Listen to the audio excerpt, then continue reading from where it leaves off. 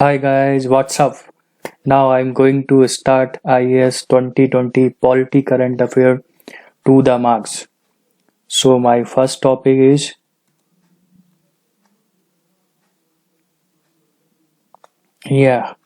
revoking Article 370.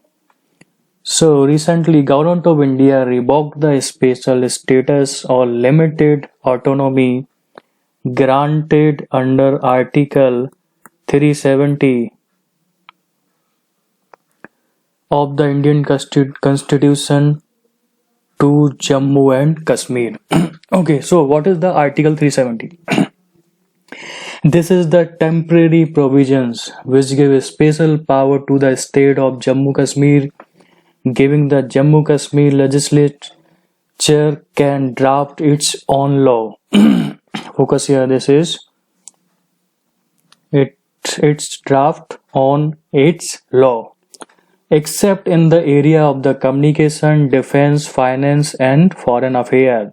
Okay, these four areas comes under the central government of India. So as a result, Jammu Kashmir had its own constitution, own flag, and the penal code. So like a balkanization of the country means we are having two flags, one tribe flags and one state flag. So this is not good. So similar thing also Article 35A introduced through the President of Order in 1954 issued under the Article 370 authorized the state legislature to define permanent resident. Okay, so in Article 35A defined permanent resident of the state.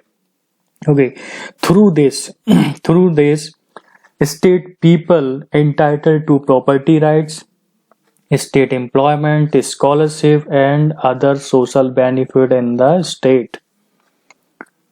So now recently revoke this one. So what is the key changes for that provisions? 1 minute guys. Yeah.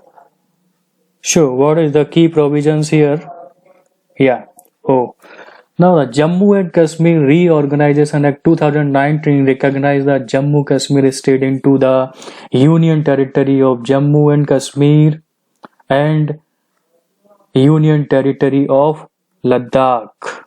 So Union Territory of Jammu and Kashmir is the with legislature and Territory of Ladakh without legislature. What? Lieutenant Governor for both Union Territory. Yeah, remember these things. So other one.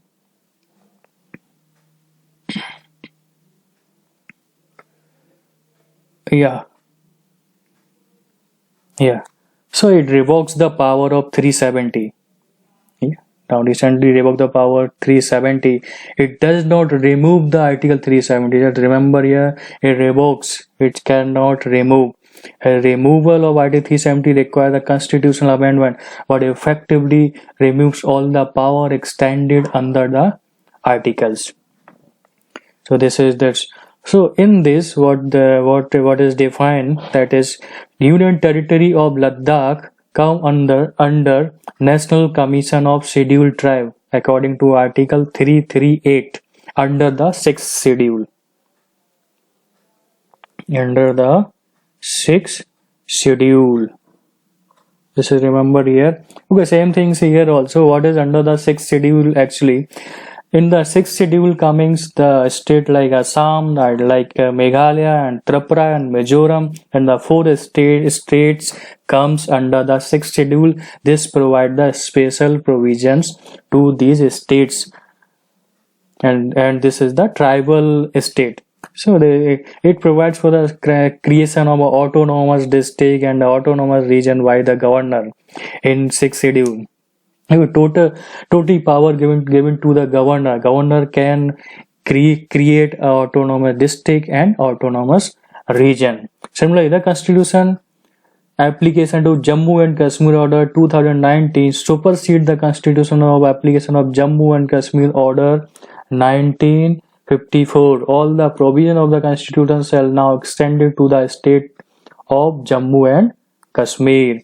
Yeah, this is the key change. Key change happened in what? That is constitution order under the 2019. So what is it? What will happen actually revoking the Article 370? Okay, now before right to education was not applicable. Before revocation, right to education was not applicable, but now children in the state will benefit for RTE, Right to Education Act. Before revoking the Article 270, RTI not applicable, now RTI will be applicable here. Before the dual citizenship, but now single citizenship. Special power exercised by the J&K, now no special power exercised by the J&K. Then before separate flag for Jammu and Kashmir, now only the one flag, that is one is tricolor. Now, if a woman from Jammu and Kashmir marries out of state, then she would lose the citizenship of the state. But now if a woman married out of the state or country, she will still retain all her rights and Indian citizenship. So remember guys, this is very very important.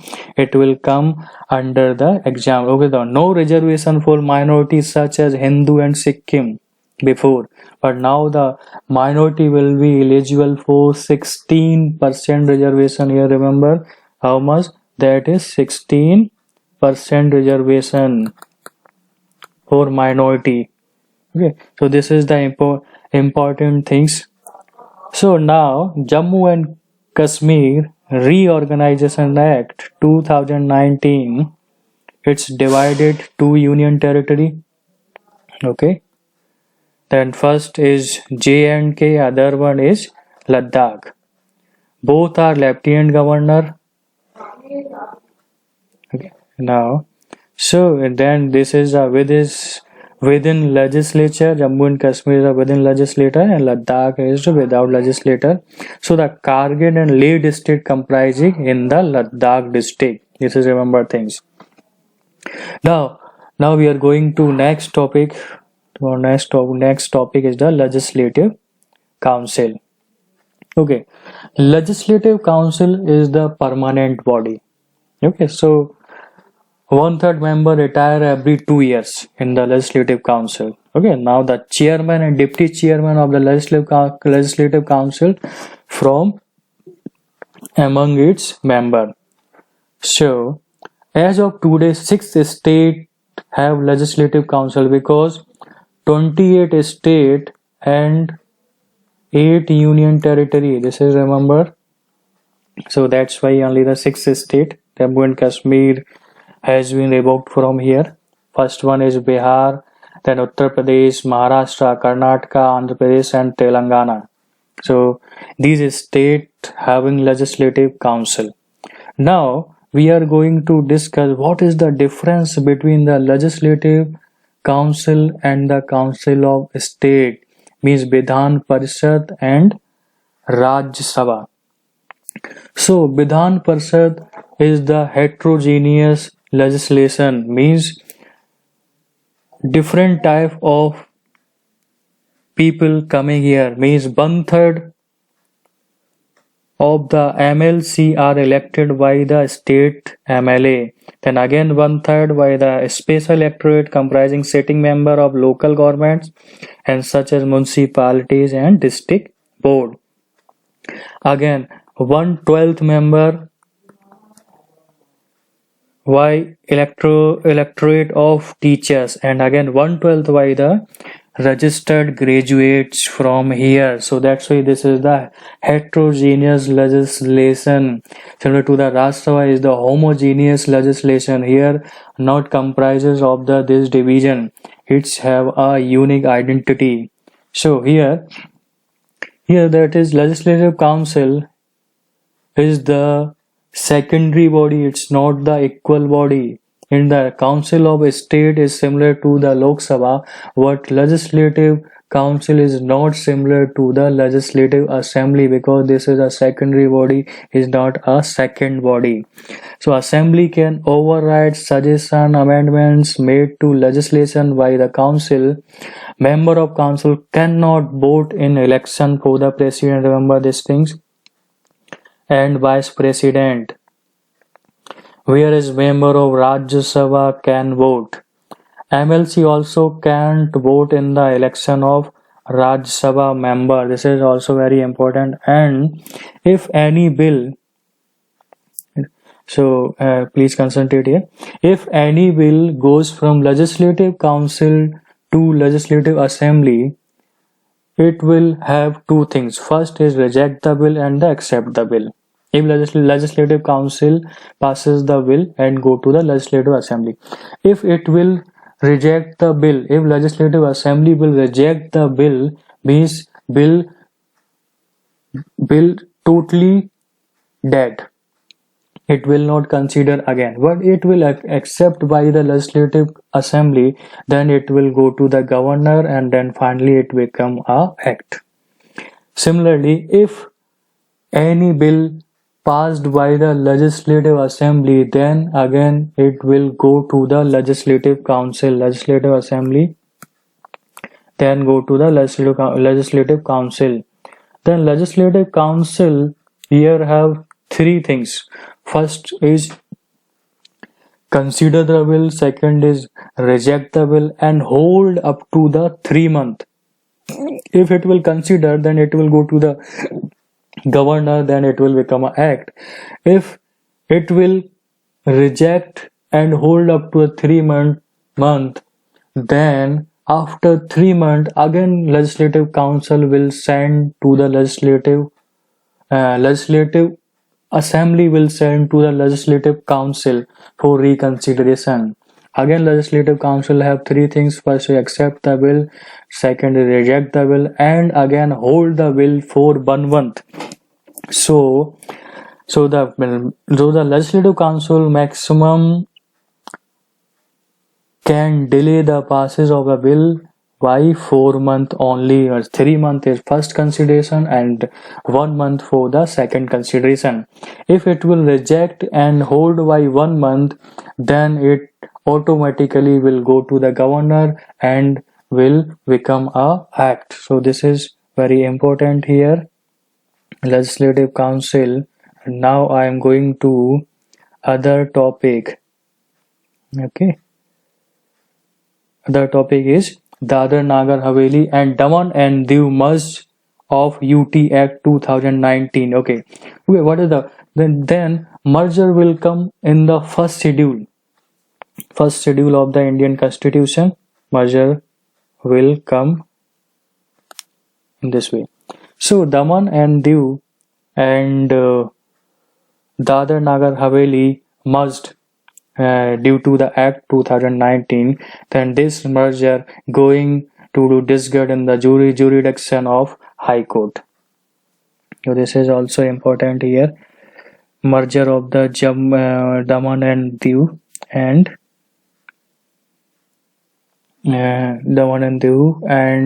Dadar and Nagar Haveli. So here one thing is that a representation in the Lok Sabha, the first schedule to the Representation of the People Act 1950 provides 1 seat in the Lok Sabha to each of the 2 union territory. The bill seeks to amend the schedule to allocate 2 Lok Sabha seats to the merger union territory. Okay, so this point should be remembered. Now we are going to next topic here. Yeah, Northeastern Council.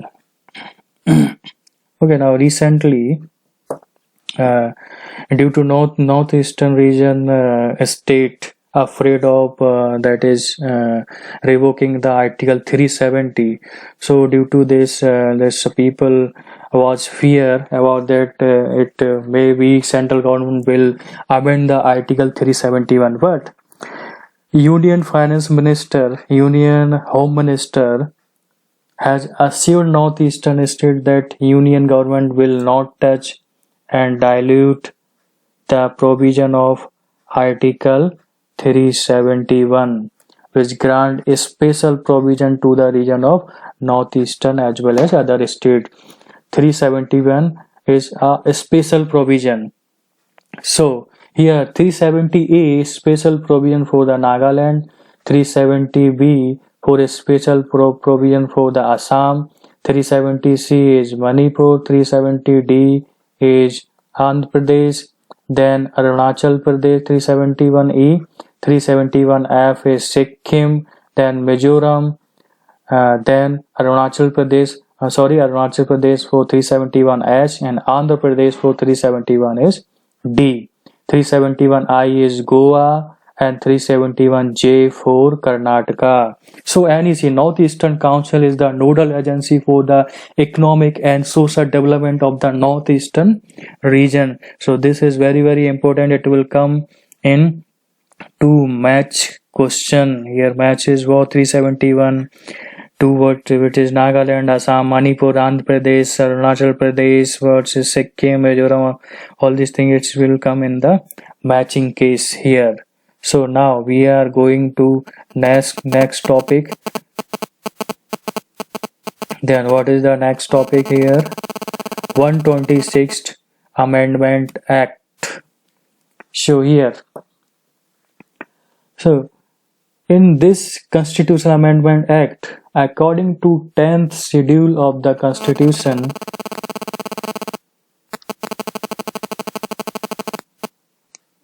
Parliament extend for another 10 years the reservation for SC/ST. According to 126 Constitutional Amendment Act, Parliament extend the another 10-year reservation for SC/ST in the Lok Sabha and state legislature, and does away with the provisions for minority nomination of Anglo-Indians to the Lok Sabha in 14 state assembly. Okay, so the period of reservation was extended in 1970, 1980, 1990, 2000, 2010 and 2020. Then this is, remember here, 8th schedule for 1970, 23rd schedule, 23rd amendment 1980, 14 amendment 2000, and the 62 and the 79 and 95 2020 95th amendment. It's extend to 1 decade, means 2000 up to 2020. Now is a 126 constitutional amendment for another 10-year extension. So Article 334 provides for reservation of seat of SC and ST and representation of Anglo-Indian community by nomination in Lok Sabha and legislation of state. Now, what is the Anglo-Indian? So here, Anglo-Indian defines it's at the time of the British East India Company to encourage marriage of its officers with local women. On that time, only the British East India Company. But what is the, according to the Indian Constitution, Article 366(2) of the Constitution of India state, an Anglo-Indian means a person whose father or any of the male member in that family and in that hierarchy was European descent. It may French, it may Portuguese, it may British, anyone we have considered here European descent. What? Who is domiciled within the territory of India is or was born within such territory of parents habitually resident therein and not established there for temporary purpose only. Those people will be considered as Anglo-Indian. So here we can say in the Lok Sabha is a 2-seat reserved for the Anglo-Indian, that is president will nominate two Anglo-Indians. In the legislative assembly, governor will nominate only one Anglo-Indian. Okay, so here article 332 in the Lok Sabha appointment 332, okay, and the 333 and one Anglo-Indian will be nominated by the governor. So here, according to 10th schedule of the constitution, Anglo-Indian member of the Lok Sabha and state legislature can take the membership of any party within 6 months of their nomination. This is required within 6 months. But once they do so, they are bound to their party whip. The Anglo-Indian member enjoy the same power as other but cannot vote in the president election because they are nominated. So that's why they cannot vote in the election of president, because they are nominated person, they are not elected person here. Similarly, now we are going to discuss other topic is NPR, National Population Register. Okay, this is very important. What's okay in NPR register? Who will we consider? Okay, this is the usual resident of the country. Usual resident of the country, that may be foreigner and may be citizen of India. Usual resident of the country. Okay. So what is the NPR? NPR is a comprehensive identity database maintained by the Registrar General of Census Commissioner of India under the Ministry of Home Affairs. Remember, under the Ministry of Home Affairs. Okay, so NPR is being prepared under the provision of Citizenship Act 1955 and Citizenship Registration Citizen Issue National Identity Card Rule 2003 as per the section 14A of Citizenship Act 1955. It is mandatory for every usual resident of India to register in the NPR National Population Register. So NPR will contain three elements of data. First is demographic data, okay, biometric and Aadhaar UID number. These three things is required for NPR registration. Okay, now what is the difference between the NPR and Aadhaar? Now here NPR is the mandatory documents, jabki meanwhile it's the Aadhaar is voluntary documents.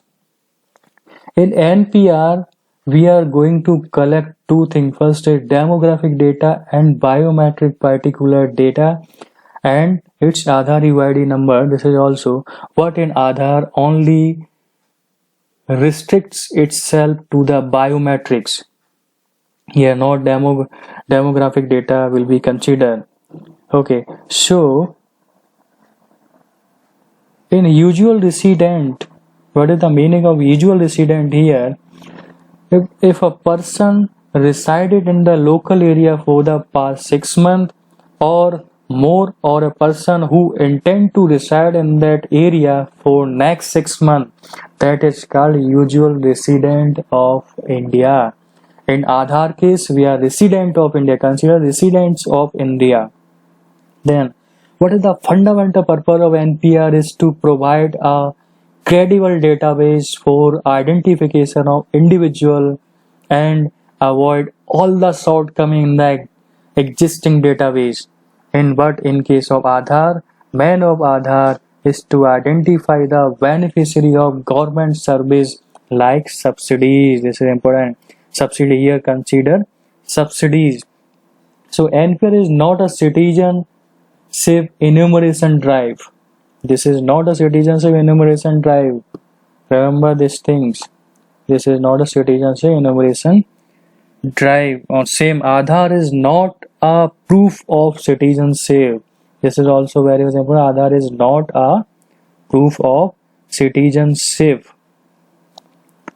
Same here. What? Now here, what is the difference between NPR and NRC? Now, NPR is the population register.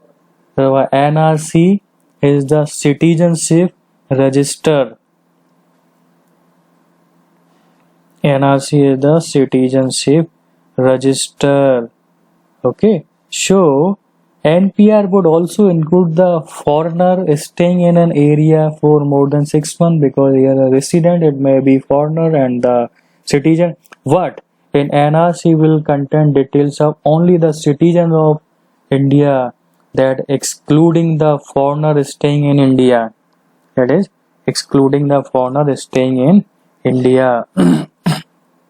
Okay, so the next, now NRC applied in Assam, but NPR is what it? This is the for whole India.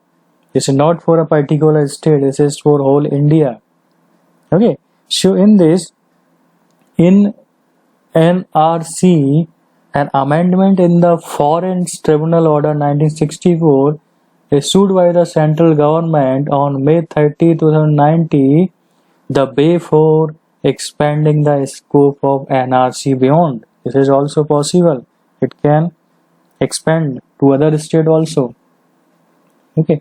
Now here in NPR, National Population Register, that is based on the self-declaration. What in NRC requires is proof, or here requires demographic information. In NRC only require demographic information. What in NPR is required demographic and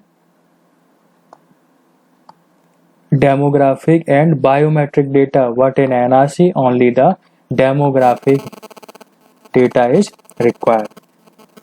Okay, now going to next topic, that is also very much important, that is Citizenship Amendment Act. Okay, now Citizenship Amendment Act primarily changed the definition of the illegal migrant as provided in the Citizenship Act 1955. Okay, now new Citizenship Amendment Act, what is the cutoff date, is 31st December 2014. On and after, so remember this date, they entered into India on or before the 31st December of 2014. Okay, here required, they have been exempted by the central government under the Passport Entry Act 1920 and Foreigners Act 1947 and other some provisions that is included in the Foreigners Act 1946. Okay, so in new Citizenship Amendment Act included 6 religions community from the 3 countries. So first one is Hindu, then Sikh, Buddhist, Jain, Parsi, Christian, and the 3 countries Afghanistan, Bangladesh or Pakistan. Consider here. Now, then how can justify what is the citizenship for the India? Justification through the Citizenship Act 1955 is by birth, by janam yahan liya ho, by the descent, it's hierarchical, and we can say father, mother, anyone here, by the registration, and by the naturalization, and the special provisions as to citizenship of person covered by the Assam Accord also. Citizenship by the incorporation of the territory. If one other territory going to come under the India, then it will also consider as a citizenship for that country people. Then how can lose the citizenship? First, remuneration, termination, and deprivation. In 3 conditions only can terminate and lost the citizenship of our country. Now, other new things, that one is added in Citizenship Amendment Act. Citizenship granted through naturalization. Government of India has reduced the period of residence before is 11 years and now not less than 5 years. Okay, so in Citizenship Amendment Act shall not apply in the tribal state. Tribal area like Assam, Meghalaya, Mizoram and Tripura are included in the 6th schedule of the Constitution of India, and other one that state that have inner line permit notified under the Bengal Frontier Regulation Act 1873.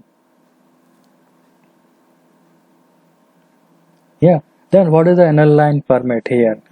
Inner line permit is the traveling documents that the outsider can go to the tribal state to visit there. So inner line permit system of ILP is applicable in Arunachal Pradesh, Nagaland, Manipur and Mizoram. Recently Manipur added here. This is important here. So a concerned state can give to the outsider this inner line permit, so people can go there to see the different type of culture and what is the heritage, different festivals and different type of tribal community there. So this is important thing here, so remember guys. Okay, thank you guys, thank you very much.